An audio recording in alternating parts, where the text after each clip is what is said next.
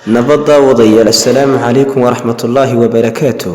waxaad ku soo dhowaataan barnaamij kooban oo aan kaga hadli doono kala duwanaanshaha ardayda ee dugsiga iyo waxbarashada cilmiga nafsiga. waxaa jira kala duwanaansho u dhexeeya ardayda marka ay joogaan dugsiga, kala duwanaanshahaasi oo qaybo badan iyo noocyo badan leh. haddaba waxaa waajib noqonaysa in baruhu ama macalinku uu garanayo farqiga iyo kala duwanaanshaha u dhexayn kara ardayda. kala duwanaanshaha ardayda waxaa ka mid noqon kara qaababka shakhsiyadeed iyo qaabka ay wax u bartaan.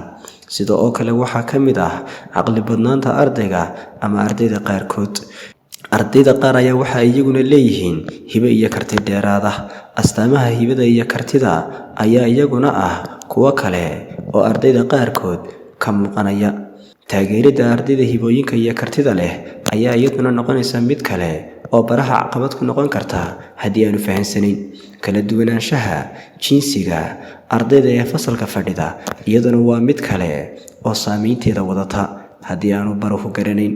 kala duwanaanshaha jidhka ee doorarka jinsiga ayaa iyaduna waxa ay noqotaa mid kale oo caqabad ku noqota macallimiinta dugsiyada hoose iyo dugsiyada sareba.